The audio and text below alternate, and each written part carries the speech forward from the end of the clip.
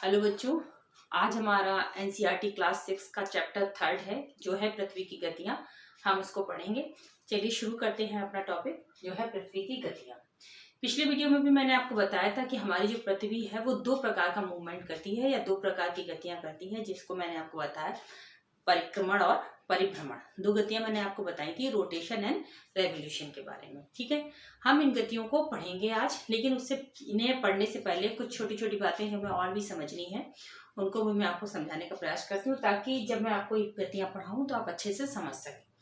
सबसे पहले पृथ्वी की गति को पढ़ने से पहले हम आपको बताते हैं कि पृथ्वी का अक्ष, जो पिछले वीडियो में भी शायद मैंने आपको समझाया था, लेकिन फिर से थोड़ा सा समझाना चाहती हूँ कि पृथ्वी का अक्ष क्या होता है। जिसके सहारे जो है, जिस केंद्र बिंदु से पृथ्वी अपनी जगह पर घूमती है। पृथ्वी की दैनिक गति होती क्या है आपको ये पता है? दैनिक गति यानी कि डेली, जो पृथ्वी जो है डेली यानी एक दिन में जो चक्कर लगा रही है अपनी ही जगह पर, वो क्या होती है? दैनिक गति। तो ये दैनिक गति पृथ्वी कैसे करती है? वो किसी अक्ष के सहारे तो पृथ्वी करती है। देखिए, ये ग्लोब से समझिए, मैंने पिछले वीडियो में भी आपको समझाया था। ये जो है हमारा, ये जो नीचे का ये हिस्सा दिख रहा है, ये क्या है? ये है आपका दक्षिणी ध्रुव, और ये क्या है? उत्तरी ध्रुव। इनको एक पॉइंट से जोड़ रखा है। अगर हम इनके बीच में एक रेखा खींच दें, जैसे कि मैंने यहाँ पर आपको प्रदर्शित कर रखी है ये रेखा, अगर ये सीधी सीधी रेखा माने तो ये क्या हो जाएगा? ये पृथ्वी का अक्ष। अब ये पृथ्वी जो है, ये जो ग्लोब है, ये इन दोनों के बीच में ही तो गति कर रहा है। देखिए, कर रहा है ना। देखिए, इससे ऊपर वाले हिस्से से ये टिका हुआ है और नीचे यानी उत्तरी ध्रुव से और ये दक्षिणी ध्रुव, इन दोनों के बीच में हमारी पृथ्वी टिकी हुई है। इसी के सहारे देखिए ये चक्कर लगा रही है। ठीक है, तो ये क्या है पृथ्वी का? ये क्या कर रही है? पृथ्वी अपनी ही जगह पर ऐसे घूम रही है। तो ये जो है पृथ्वी का क्या है? आपकी दैनिक गति। ठीक है, जिसे आप परिभ्रमण गति भी कहते हैं। तो ये जो अक्ष आपको समझ में आया, अक्ष किसे कहते हैं? अगर हम पृथ्वी के उत्तरी ध्रुव यानी इससे और दक्षिण ध्रुव के बीच में एक रेखा खींच दें, तो पृथ्वी जो है इस रेखा के ही चारों ओर ऐसे चक्कर लगा रही है। देखिए, इसी को मतलब केंद्र बिंदु मान दे, तो पृथ्वी का अक्ष जो है उत्तरी ध्रुव और दक्षिणी ध्रुव के बीच में अगर रेखा खींचे तो वो एक पृथ्वी का अक्ष कहलाएगा। जैसे पृथ्वी ये टिकी हुई है ना, इस पर ये ऊपर इस यहाँ पर टिकी हुई है और नीचे यहाँ पर, तो ये चीज क्या कहलाती है? पृथ्वी का अक्ष कहलाती है, जिसके चारों ओर पृथ्वी घूमती है। ठीक है, अपनी ही जगह पर घूम रही है। पृथ्वी का क्या कहलाएगा? अक्ष। यानी पृथ्वी किसके अपनी जगह पर कैसे घूम रही है? अपने ही अक्ष पर घूम रही है, चक्कर रोटेट हो रही है, तो वो जो क्या कहलाएगा? वो कहलाएगा पृथ्वी का अक्ष। ठीक है, ये बात क्लियर हो गई। अब आप पृथ्वी की दैनिक गति को समझिए, या परिभ्रमण, जिसे इंग्लिश में कहते हैं आप रोटेशन।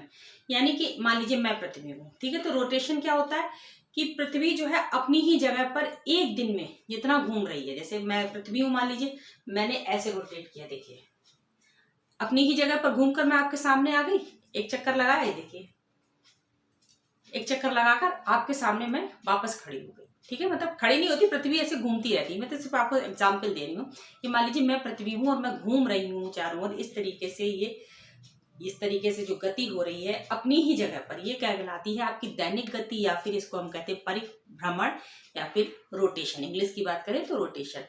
अब इस दैनिक गति में समय कितना लगता है? तो इसमें लगता है 23 घंटा और 56 मिनट। ठीक है, इसको हम क्या मान लेते हैं? पूरा 24 घंटा मान लेते हैं। यानी कि पृथ्वी जो परिभ्रमण करती है या दैनिक गति करती है, उसका समय कितना है? उसका अगर आप एग्जैक्ट समय बताएंगे तो बताएंगे 23 घंटा 56 मिनट, जिसे कि हम 24 घंटे कहते थे। यानी कि 24 घंटे में पृथ्वी अपनी जगह पर एक चक्कर पूरा कर लेती है। ठीक, बात समझ में आ गया? एक चक्कर पृथ्वी पूरा कर लेती है, वो क्या कहलाती है? वो कहलाती है दैनिक गति। ठीक है, अब इस दैनिक गति के होने से परिणाम क्या होते हैं? देखिए, ये तो सबको पता होता है, पृथ्वी दो प्रकार की गतियां करती है, एक दैनिक एक वार्षिक। मुझे नहीं लगता ऐसा कोई बच्चा होगा जिसे नहीं पता होगा। अगर पता है तो ठीक, नहीं पता तो मैं तो बता ही नहीं हूँ। ठीक है, तो ये जो दैनिक गति है, इसको मतलब पृथ्वी को अपनी ही जगह पर, जैसे ये मैं घूमी, ठीक है, मैं पृथ्वी हूँ, अपने को एग्जाम्पल देकर, तो ये एक चक्कर लगाने में पृथ्वी को अपनी ही जगह पर कितना समय लगता है? 24 घंटे लगता है। तो इसमें जो 24 घंटे लगते हैं, अब ये बताइए कि इस चक्कर से हासिल क्या होता है पृथ्वी को? मतलब इसका परिणाम क्या होता है? इसका परिणाम होता है दिन और रात का होना। जैसे कि आपने देखा है कि सूरज निकल आता है तब दिन हो जाता है, और सूरज अस्त हो जाता है तो रात हो जाती है। ये सब बच्चे जानते हैं। ठीक है, तो ये क्या, ये किस कारण होता है, जो पृथ्वी अपनी ही दूरी पर घूम रही है, ठीक है ना। आपने देखा है ना कि 24 घंटे में 12 घंटे का दिन, 12 घंटे की रात, ऐसे आपने देखा, या दिन कभी कभी बड़े हो जाते हैं, रातें छोटी हो जाती है, ये सब आपने देखा है ना। तो ये किस गति के कारण हो रहा है, दैनिक गति के कारण या फिर परिभ्रमण गति के कारण। ठीक, ये आप ध्यान रखिएगा, ये क्वेश्चन बनता है। ठीक है बच्चों, इतनी बात समझ में आ गई। तो अगर आपसे कोई ये प्रश्न पूछता है कि पृथ्वी की परिभ्रमण गति से या दैनिक गति से क्या परिणाम होता है, तो आप बताएंगे दिन और रात का होना होता है। ठीक है, ये बात आप बताएंगे। इतनी बात समझ में आई कि क्या होता है। इसके बाद हम जानते हैं पृथ्वी के अक्ष के बारे में कुछ और पढ़ते हैं। जो आपने देखा है कि कभी कभी आपने देखा कि गर्मियों के मौसम में, हम अपने देश की बात करें, अगर हम भारत की बात करते हैं, तो गर्मियों के मौसम में क्या होता है, दिन बहुत बड़े बड़े होने लगते हैं, ठीक है, और रातें क्या होती हैं, छोटी हो जाती हैं। जबकि सर्दियों में इसका उल्टा होता है, क्या होता है, दिन छोटे हो जाते हैं, रातें लंबी हो जाती हैं। तो ऐसा आखिर होता क्यों है, ये क्यों होता है भाई। ये तो हमने समझ लिया कि पृथ्वी जो अपनी दैनिक गति कर रही है, जिसमें 24 घंटे ले रही है, उसकी वजह से क्या होता है, दिन और रात हो जाते हैं। लेकिन ये जो दिन रात बड़े छोटे हो रहे हैं, ये क्यों होते हैं, ठीक है, ये किस लिए होते हैं, क्योंकि पृथ्वी अपने अक्ष पर 23.5 डिग्री झुकी हुई है। पृथ्वी ऐसे सीधी नहीं दिखती है। आपने ये ग्लोब देखा, अब देखो ये कुछ ऐसा नहीं लगता कि इधर को झुका हुआ है, मेरी साइड को झुका हुआ लग रहा है ना। तो यही जो एंगल है वो 23.5 डिग्री झुका हुआ है। अगर जैसे पृथ्वी सीधी होती तो ये गोला इस तरीके से होता, ठीक है ना, ऐसा होता, ना कि अगर हम इसको सीधा पकड़ के खड़ा कर रहे हैं तो ये झुकाव लग रहा है ना, मेरी तरफ को झुकी हुई लग रही, बाहर को निकली हुई लग रही। तो ये झुकाव, इस तरह से झुकाव की वजह से है दिन रात जो है छोटे बड़े हो रहे हैं। अगर ये सीधी होती, बिल्कुल सीधा होता, इस पर सूरज की रोशनी सीधी पड़ती, तो क्या होता, सभी जगह दिन और रात की लंबाई बराबर होती। पर ऐसा नहीं, क्योंकि पृथ्वी झुकी हुई है, तो ये जो झुकाव की वजह से दिन रात की लंबाई जो है कम या ज्यादा होती है। आइए इसको समझते हैं। तो पृथ्वी अपने अक्ष पर कितना झुकी हुई है, 23.5 डिग्री। अब देखिए मैंने यहाँ पर 23.5 डिग्री भी लिख रखा है और 66.5 डिग्री भी लिख रखा है। अब आप इसमें कंफ्यूज होंगे कि ये क्या चक्कर है, तो मैं आपको वो भी समझा देती हूँ क्या होता है। देखिए पृथ्वी का जो कक्षीय समतल है, देखिए मैंने ये जो लाइन ड्रॉ कर रखी है, पृथ्वी का कक्षीय समतल है, ठीक है, पृथ्वी की कक्षा है मतलब, ठीक है। इस पर अगर एक लंब खींचा जाए, देखिए लंब मैंने खींच दिया, लंब का मतलब 90 डिग्री का एंगल। तो ये जो एंगल खींचा जाए, इससे अगर हम नापेंगे कि पृथ्वी कितना झुकी हुई है, तो इस एंगल से पृथ्वी अपने जो पृथ्वी का अक्ष है वो 23.5 डिग्री झुका हुआ है, ठीक है। अगर पृथ्वी के कक्षीय समतल पर कोई लंब खींचा जाए, तो उससे जो पृथ्वी का अक्ष मैंने बताया था ना, उत्तरी ध्रुव ये और दक्षिणी ध्रुव, ये जो है वो कितने डिग्री झुका हुआ है, 23.5 डिग्री। ये बात क्लियर हो गई। लेकिन वहीं पर अगर आपसे ये पूछ दिया जाए कि पृथ्वी के कक्षीय समतल और पृथ्वी के अक्ष के बीच में कितना कोण है, तो वो हो जाएगा 66.5 डिग्री। देखिए बात दोनों एक ही है, लेकिन लैंग्वेज अलग अलग है। अगर आपसे प्रश्न किया जाए कि पृथ्वी के कक्षीय समतल और लंब के बीच का झुकाव कितना है, तो आप बताओगे 23.5 डिग्री। लेकिन अगर आपसे ये पूछ दिया जाए कि पृथ्वी के अक्ष और पृथ्वी के जो कक्षीय समतल उसके बीच का कोण, तो 66.5 डिग्री। ठीक है, बात समझ में आ रहा।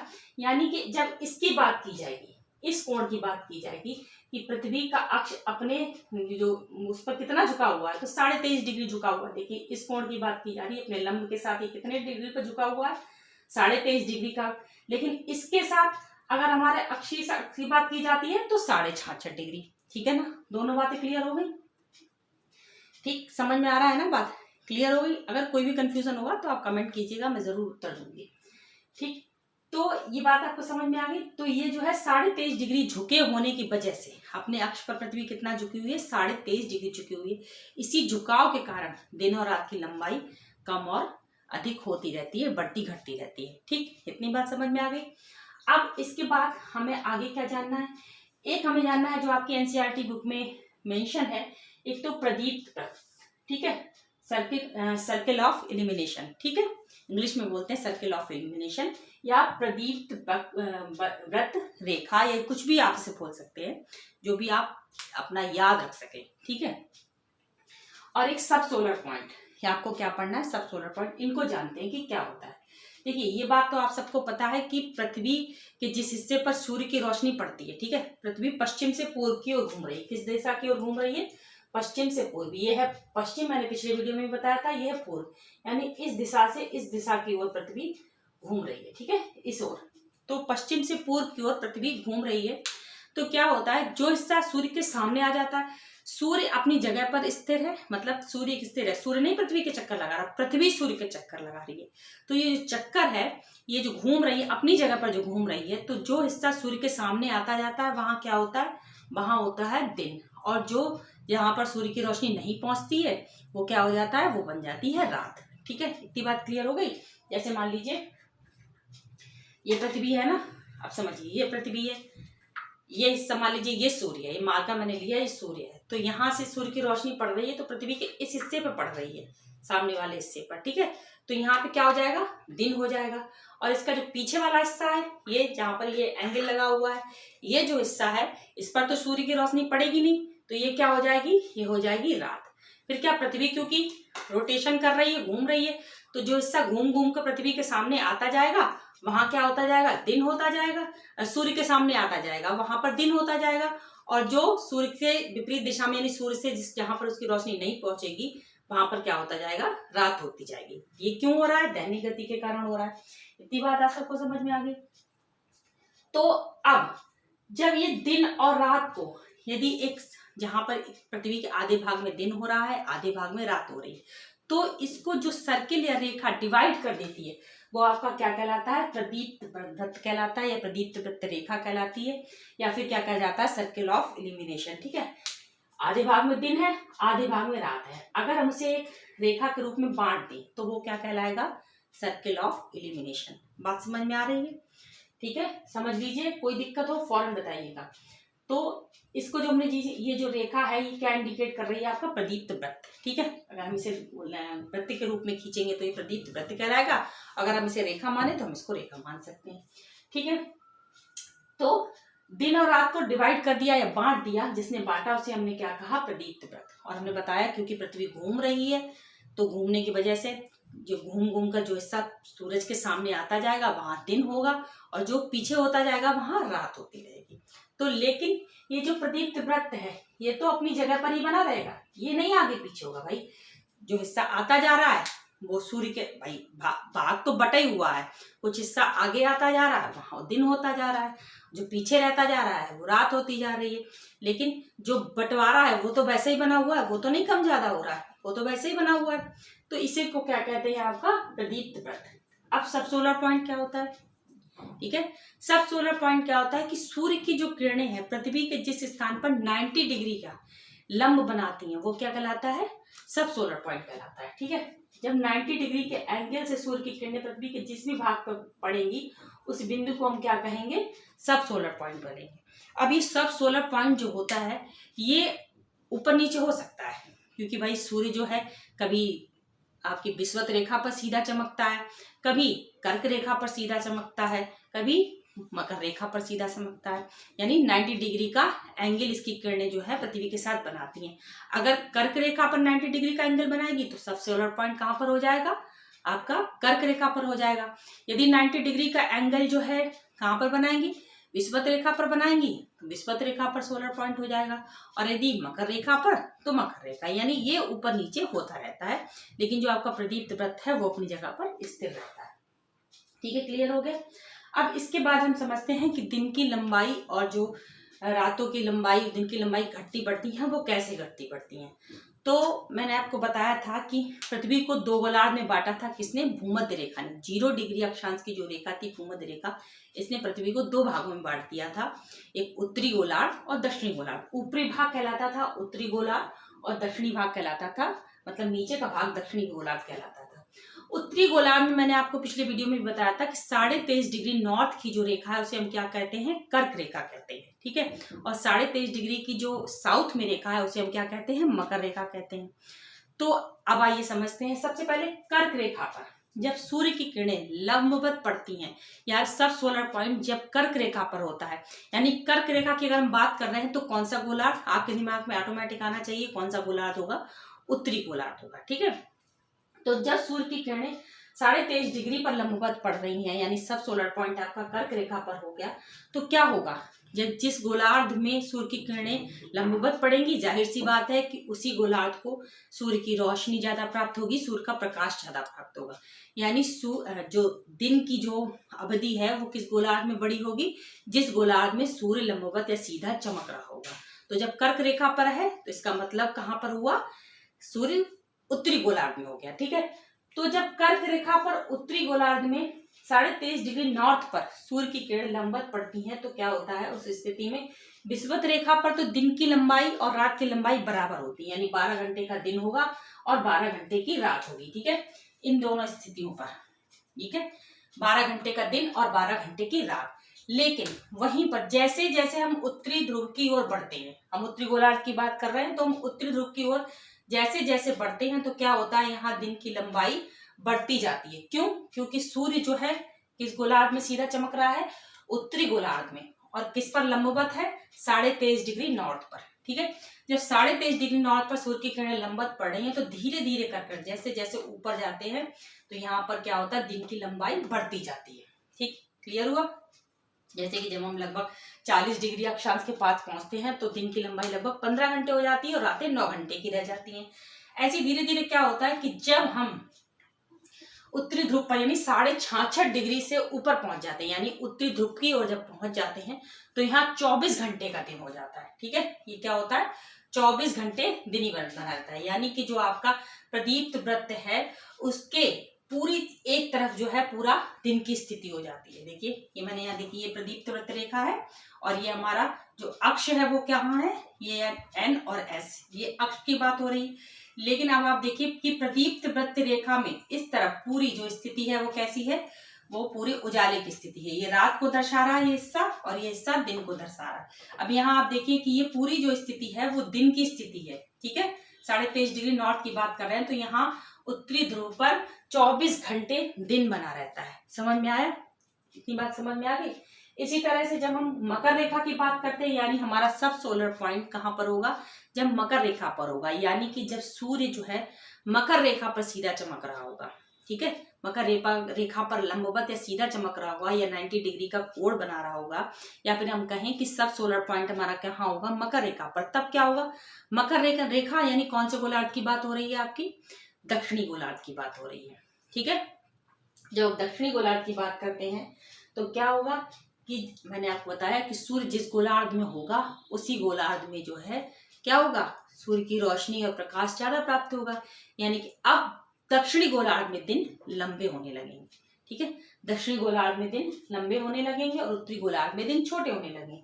तो यहाँ पर क्या होगा कि वह जहां पर जब मकर रेखा पर, जब कर्क रेखा पर चमक रहा था तो नॉर्थ क्या था, पूरा 24 घंटे का दिन हो रहा था।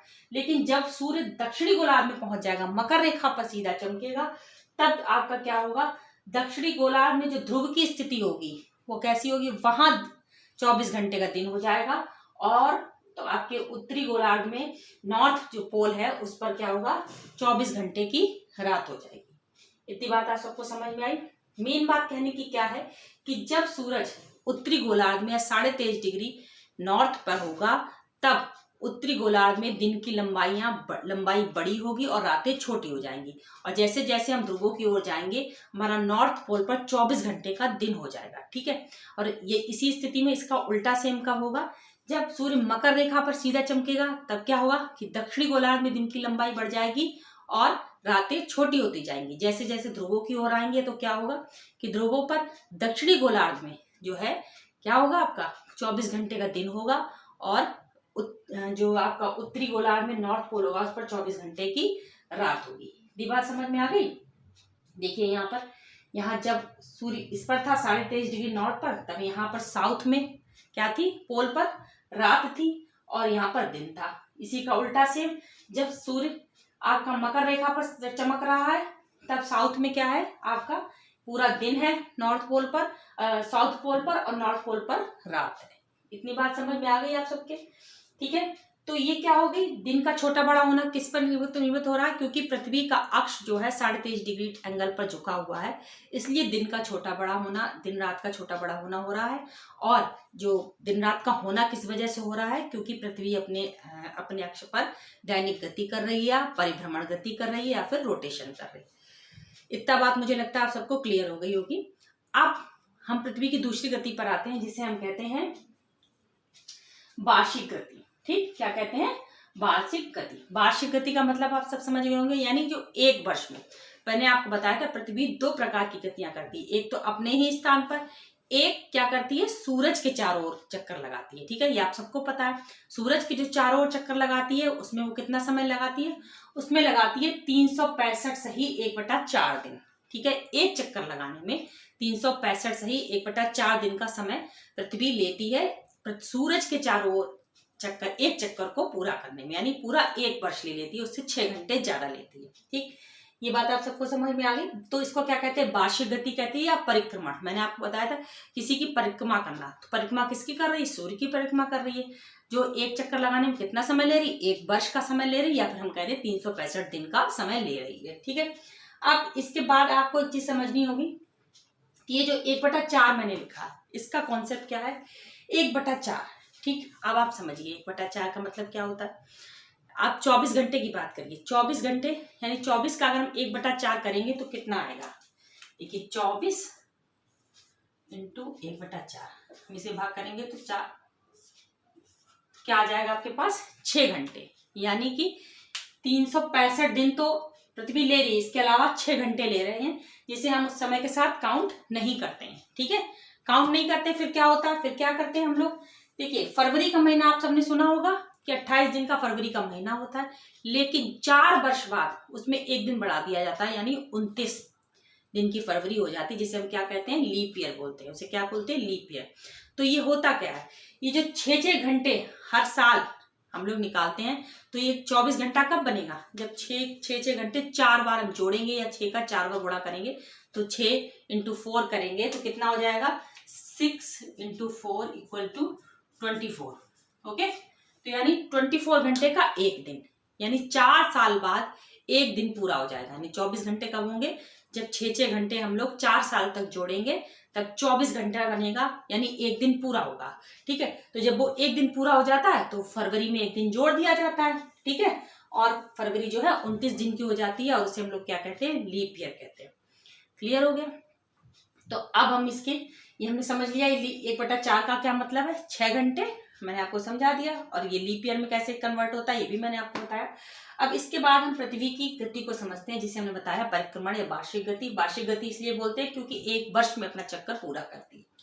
ठीक है, तो सबसे पहले क्या होता है, इसमें पृथ्वी जो है, एक प्रकार से कहना चाहिए 4 प्रकार की पृथ्वी की स्थितियां होती हैं। ठीक है, एक वर्ष में पृथ्वी की 4 स्थितियां होती हैं, जिन्हें हमें समझना है।